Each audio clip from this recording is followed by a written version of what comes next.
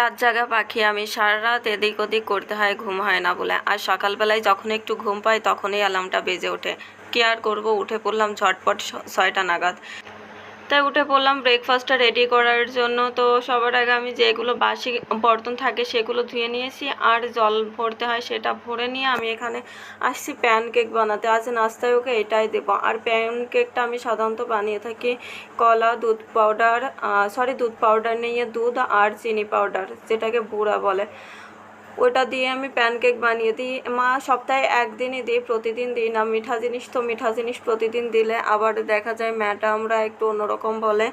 মানে মিঠা জিনিস তেমন একটা টিফিনে অ্যালাউ নাই, কোনো ননভেজও অ্যালাউ নাই, ডিম পর্যন্তও দেওয়া যায় না। মানে কী দিব সেটাই বুঝে উঠে পারে না।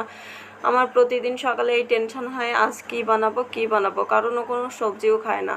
সে যাই হোক, আমার প্যানকেকগুলো বানানো হয়ে গেছে। আর এখানে আমি নাশপাতি কাটছি। এখন নাশপাতির সিজন এসে পারি না, প্রথম উঠছে তো, যার কারণে সাইজে ছোটোই পাওয়া যায়। স্কুলে ফ্রুট ব্রেকও দেয়, তো যার কারণে একটা ফ্রুট অবশ্যই দিতে হয়। খেলে খায়, না খেলে নিয়ে আসে, কিন্তু দেওয়া লাগে। আর সব জায়গায় শুনছি প্রচুর পরিমাণে বৃষ্টি হচ্ছে, কিন্তু আমাদের দিল্লিতে এবার একদিন বৃষ্টি হয়েছে, তাও অল্প পরিমাণ, আর বৃষ্টির কোনো দেখাই নেই। প্রচণ্ড গরমে বেশ কষ্টই হচ্ছে থাকতে। আর যেদিন আমি মিঠা কিছু দিই সেদিন একটু ঝাল ঝালও কিছু দেওয়ার চেষ্টা করি। এই কারণে আজ আমি পিলা ভাত করছি, মানে ডাল চাল দিয়ে, যেটাকে সাধারণত আমরা বেঙ্গলি ভাষায় খিচুড়ি বলি, এখানে পিলা চাউল বলে। টিফিনটা রেডি হয়ে গেল, এখন যেতে হবে ওকে রেডি করতে, কারণ এখনও ঘুম থেকে উঠে নাই। আমি সব কিছু রেডি করে দিয়ে তারপর ওকে ঘুম থেকে উঠাতে চাই। বাই বাই সবাইকে।